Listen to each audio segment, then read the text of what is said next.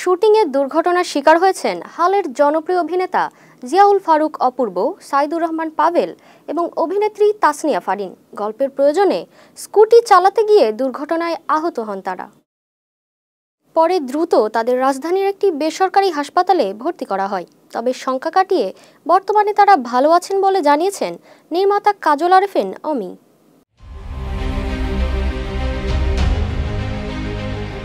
নতুন web film house সুইটের শুটিংয়ের সময় স্কুটি দুর্ঘটনার শিকার হয়েছেন জনপ্রিয় অভিনেতা জিয়াউল ফারুক অপূর্ব, সাইদুর রহমান পাভেল এবং অভিনেত্রী তাসনিয়া ফারিন। দুর্ঘটনার পর তাদের দ্রুত রাজধানীর একটি বেসরকারি হাসপাতালে ভর্তি করা হয়েছে।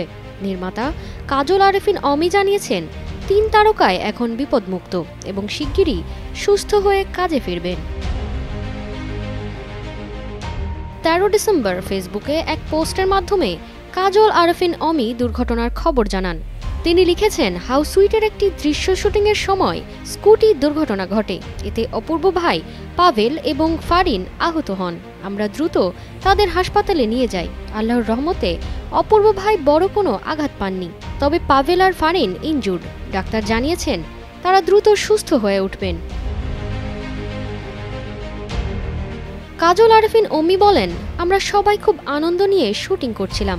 এটি সত্যি একটি হৃদয়স্পর্শী মুহূর্ত ছিল, তবে দুর্ঘটনাটি আমাদের জন্য হতাশাজনক। আমরা অনেক পরিশ্রম করে হাউস সুইটের কাজ করছি। দর্শকদের একটি সুন্দর কাজ উপহার দিতে আমাদের পুরো টিম দিনরাত পরিশ্রম করছে।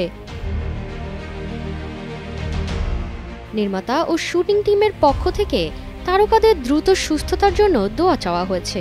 একই সঙ্গে এই ওয়েব ফিল্মটি নিয়ে দর্শকদের মধ্যে ইতিমধ্যেই কৌতূহল তৈরি হয়েছে।